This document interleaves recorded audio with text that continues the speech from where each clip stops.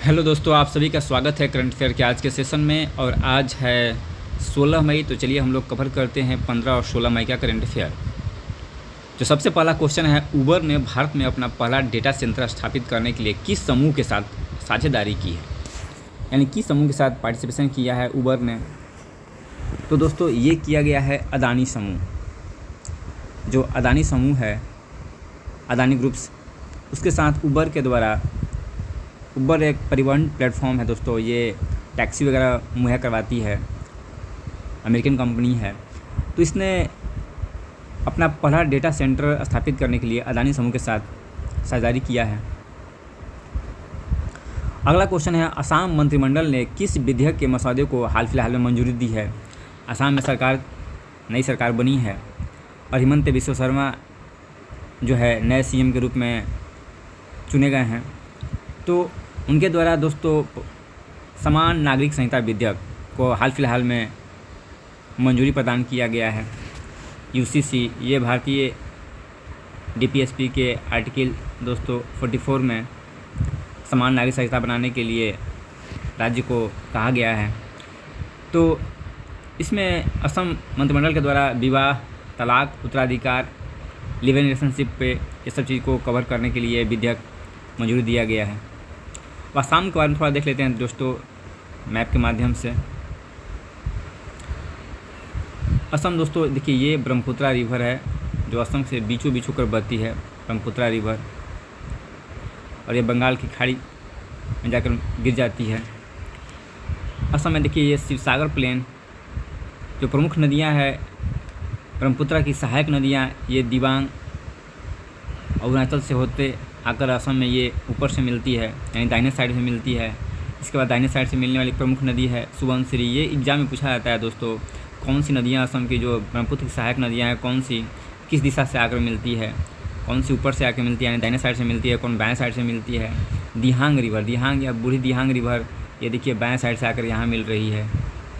इसके बाद कामेंग रिवर यहाँ आके मिलती है। लोहित रिवर देखिए ये यहाँ आके मिल रही है।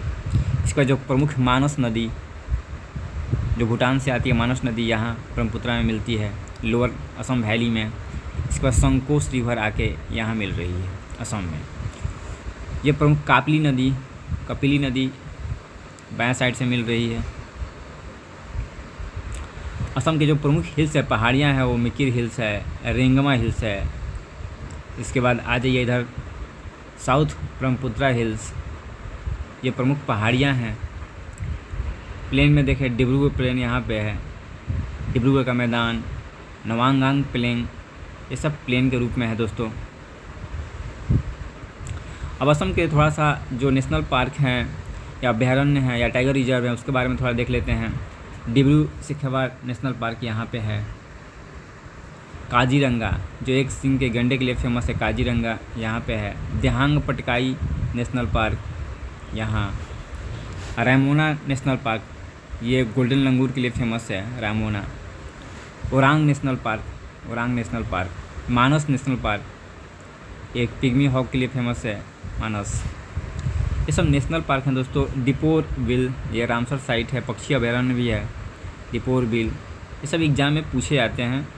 अभयारण्य तो बहुत सारा है।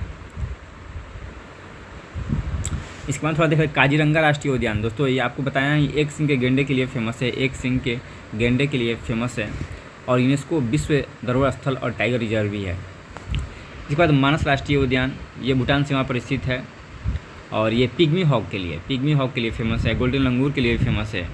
डिब्रू सैखोवा राष्ट्रीय उद्यान, ये भारत का सबसे बड़ा दलदली वन, स्वाम्प फॉरेस्ट है। ये जंगली घोड़ों के लिए, जंगली हॉर्सेस के लिए डिब्रू सैखोवा, यहाँ पे डिब्रू सैखोवा ये जंगली घोड़ों के लिए फेमस है, और दलदली नेशनल पार्क है ये। नामेरी राष्ट्रीय उद्यान, यहाँ पे जो असम का राजकीय पक्षी है वाइट विंग्ड वुड, वो पाया जाता है, उसका निवास स्थान है। ओरंग राष्ट्रीय उद्यान, इसे मिनी काजीरंगा भी कहा जाता है। रायमोना राष्ट्रीय उद्यान, ये गोल्डन लंगूर के लिए फेमस है। दिहांग पटकाई राष्ट्रीय उद्यान, ये पूर्व का अमेजन इसे कहा जाता है।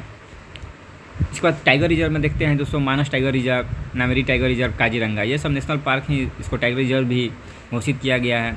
असम के जो प्रमुख वन्य जीव अभयारण्य हैं वो भी जो सेंचुरी हैं वो भी एग्जाम में पूछे जाते हैं, जो इम्पोर्टेंट उसमें मैंने उसे रखा है। लोअखवा वन्यजीव अभयारण्य, ये जंगली भैंसों की आबादी के लिए फेमस है। बुराचापुरी वन्यजीव अभयारण्य, इसके बाद होलोंग पार, ये पूछा है एग्जाम में, होलोंग पार गिब्बन अभयारण्य। इसके बाद पाबीतोरा भी पूछा गया है, पाबीतोरा वन्यजीव अभयारण्य असम में, ये गैंडे के लिए फेमस है। इसके बाद नाम्बोर कार्बी आंगलोंग अभयारण्य भी पूछा गया है। नाम्बोर वन्यजीव अभयारण्य आर्किड के लिए फेमस है। देहांग पटकाई अभयारण्य सदाबहार वन। दीपोरबिल अभयारण्य गुवाहाटी के पास आर्द्रभूमि पक्षी अभयारण्य है ये। इसके बाद डिगबोई असम में पड़ता है, जो एशिया का सबसे पुराना तेल कुआं डिगबोई में है। इसके बाद इसके साथ साथ नाहरकटिया और मुरान हुगरीजन, ये प्रमुख तेल क्षेत्र हैं असम के। ये एग्जाम के लिए बहुत इंपॉर्टेंट है, जो आपका डिगबोई, नाहरकटिया, मुरान हुगरीजन, ये सब तेल क्षेत्र हैं। असम चाय के लिए फेमस है। पश्चिम बंगाल का दार्जिलिंग को जो सबसे पहले जीआई टैग चाय के रूप में दिया गया था। मूंगा रेशम, असम मूंगा रेशम के लिए फेमस है। असम का मूंगा सिल्क जो है अपनी सुनहरी चमक के लिए बहुत फेमस है, इससे पेटेंट भी प्राप्त है। अगला है दोस्तों, भारतीय राष्ट्रीय कांग्रेस ने केरल का अगला मुख्यमंत्री किसे नामित किया है? केरल का अगला मुख्यमंत्री बनेंगे BD सतीशान, ये केरल के अगला मुख्यमंत्री बने गए हैं। हाल फिलहाल में पुदुचेरी में N रंगास्वामी 5वीं बार मुख्यमंत्री बने हैं केरल में। यहाँ केरलम होगा, अब इसका नाम बदल गया है, केरलम हो गया है। तो केरलम के जो मुख्यमंत्री बनेंगे BD सतीशान। दोस्तों केरल के बारे में थोड़ा देख लेते हैं। केरल के मालाबार तट, इसकी जो कोस्ट है उसका मालाबार तट कहा जाता है। केरल अपने लैगून के लिए फेमस है। लैगून एक प्रकार का झील होता है, इसे स्थानीय भाषा में कयाल भी कहा जाता है। यहीं पे नेहरू ट्रॉफी इसी कयाल में ऑर्गेनाइज किया जाता है। इसके बाद अपनी ये काजू, नारियल और काली मिर्च की जो खेती है उसके लिए चावल, इन सब चीज़ों के लिए फेमस है। काजू नारियल इसलिए होता है कि वहाँ पर केरल में जो दोस्तों है लेटराइट मिट्टी पाया जाता है पहाड़ी ढलानों पर। इसकी यहाँ की सबसे जो ऊंची चोटी है अनाईमुड़ी, 2695 मीटर जो है, यह अन्नामलाई पहाड़ी में स्थित है। अनाईमुड़ी पश्चिमी घाट की सबसे ऊंची चोटी है। इसके बाद जो प्रमुख दर्रे के रूप में है पालघाट दर्रा केरल को कोयम्बटूर से जोड़ती है। जो केरल है पलक्कड़ और तमिलनाडु का कोयम्बटूर, इसको पालघाट दर्रा से कनेक्ट किया गया है। सेनकोटा दर्रा, ये इलायची पहाड़ियों में स्थित है, जो कोलम को मदुरै से, यानी कोलम केरला का कोलम और तमिलनाडु का मदुरै, इन दोनों को जोड़ता है। ये बहुत इंपॉर्टेंट है दोस्तों, ये एग्जाम में पूछा जाता है। पालघाट दर्रा, सेनकोटा दर्रा। और जो केरल की सबसे लंबी नदी है वो है पेरियार, ये भी एग्जाम में पूछा जाता है। पेरियार नदी कहाँ पे है? केरल में है, सबसे लंबी नदी है और ये पश्चिम की ओर बहती है। इसी पर इडुक्की बांध, केरल में इडुक्की बांध है, ये भी पूछा गया है। इडुक्की बांध पेरियार नदी पर स्थित है। भरतपुजा, ये भी केरल की एक नदी है, दूसरी सबसे लंबी नदी है केरल की।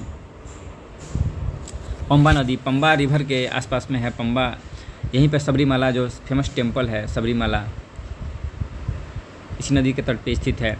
कयाल में वेम्बनाड झील है, यह भारत की सबसे लंबी झील है, भारत की सबसे लंबी वेम्बनाड झील। यहीं पे नेहरू ट्रॉफी इसी झील में ऑर्गेनाइज किया जाता है, नर्मदा कयाल। अष्टमुडी झील अपनी 8 शाखाओं के लिए फेमस है। ये सब झीलें हैं। शास्त्रकुमुटका झील या केरल के मीठे पानी की सबसे बड़ी झील, ये बहुत पूछा जा चुका है। वेम्बनाड झील और अष्टमुडी झील ये बहुत पूछा जा चुका है एग्जाम में। साइलेंट वैली राष्ट्रीय उद्यान, नेशनल पार्क में साइलेंट वैली केरल में स्थित है। और इसके बाद पेरियार राष्ट्रीय उद्यान, पेरियार नदी के आसपास रीजन में पेरियार राष्ट्रीय उद्यान। एराविकुलम राष्ट्रीय उद्यान, ये नीलगिरी तहर के लिए फेमस है। वायनाड वन्यजीव अभयारण्य, वायनाड जहाँ से राहुल गांधी खड़े होते हैं, चुनाव लड़ते हैं, ये नीलगिरी बायोस्फीयर का हिस्सा है वायनाड। ओणम केरल का एक फेमस त्यौहार है, फसल कटाई का त्यौहार है ओणम फेस्टिवल केरल में मनाया जाता है, भी एग्जाम पूछा जा चुका है। विशु, यह केरल का नववर्ष का त्यौहार है, जैसे हम लोग नववर्ष मनाते हैं तो केरल में विशु त्यौहार मनाया जाता है नववर्ष के रूप में। अगला दोस्तों, पीयूष गोयल ने लीड्स 2025 रिपोर्ट जारी करते हुए भारत के कितने $1 ट्रिलियन निर्यात लक्ष्य की घोषणा की है? तो दोस्तों इसमें $1 ट्रिलियन, भारत के लिए $1 ट्रिलियन निर्यात लक्ष्य की घोषणा की गई है पीयूष गोयल के द्वारा। अब ये लीड्स रिपोर्ट 2025 जारी करते हुए घोषणा की गई है। लीड्स रिपोर्ट दोस्तों मुख्य रूप से लॉजिस्टिक के क्षेत्र में जो स्टेट्स अग्रणी हैं, जिन्होंने अपने लॉजिस्टिक को बेहतर क्षमतावान बनाया है या जो भी रसद लागत को कम किया है, उसके लिए रिपोर्ट जारी किया जाता है। तो तो इसी नीति के तहत दोस्तों जो है $1 ट्रिलियन का महत्वाकांक्षी निर्यात लक्ष्य रखा गया है। अगला, भारतीय ध्वज वाले मालवाहक जहाज MSV हाजी अली पर हमला कहाँ हुआ था? ये भारतीय जहाज हाजी अली और इस पर हाल फिलहाल में ओमान के तट पर इस पर हमला किया गया है, इसे डुबो दिया गया है। यह है ओमान, इसकी राजधानी है मस्कट। मस्कट की राजधानी है दोस्तों, और यहीं पे इसी तट के आसपास हमला हुआ है। ये है आपका हॉर्मुज, जब USA और ईरान के बीच में जो टेंशन चल रहा है, यही हॉर्मुज, ईरान के द्वारा हॉर्मुज को ब्लॉक किया गया है। अगला है सेंट स्टीफेंस कॉलेज की पहली महिला प्रधानाध्यापिका किसे नियुक्त किया गया है? तो ये पहली महिला प्रिंसिपल बन चुकी हैं सेंट स्टीफन कॉलेज की, और इनका नाम है सुसान इलियास। सुसान इलियास, ये रहा इनका इमेज। दिल्ली के सेंट स्टीफन कॉलेज की पहली महिला प्रधानाध्यापिका बनी है। अगला है Flying Wedge Defence and Aerospace के काल भैरव कृत्रिम विमान का निर्माण किस देश में किया जाएगा? दोस्तों काल भैरव जो फाइटर जेट है या कहिए ड्रोन टाइप का एक विमान है, तो इसका निर्माण पुर्तगाल में किया जाने वाला है। Flying Wedge Defence and Aerospace के माध्यम से इसका निर्माण पुर्तगाल में किया जाएगा। काल भैरव, ये रहा इसका इमेज, ऐसा घोषणा किया गया है।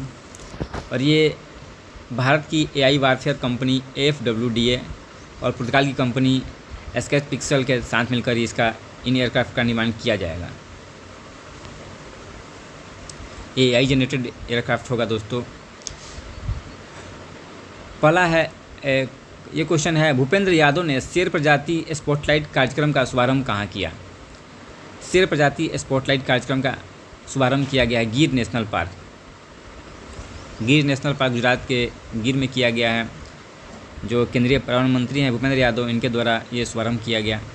अगला है, माहे टोक्को राल्धो सिंचाई नहर का उद्घाटन किसने किया है? विनय कुमार सक्सेना के द्वारा किया गया है माहे टोक्को राल्धो सिंचाई नहर, और ये लद्दाख में किया गया दोस्तों। विनय कुमार सक्सेना के द्वारा लद्दाख के चांगथांग क्षेत्र में ये इसका उद्घाटन किया गया इस नहर का। और ख़ास बात यह है कि 14,000 फीट से अधिक ऊंचाई पर यह निर्मित जो है नहर है। 2.10 किलोमीटर ये लंबी नहर है सिंचाई के लिए इसका।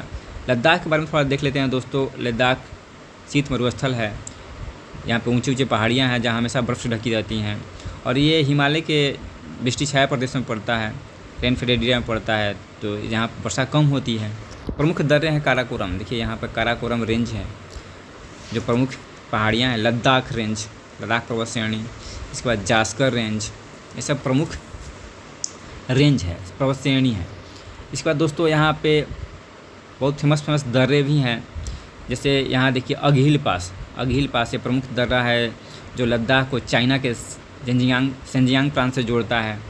इसके बाद और दर्रे भी हैं, देखिए यहाँ लानकला दर्रा, ये लद्दाख को तिब्बत से जोड़ता है।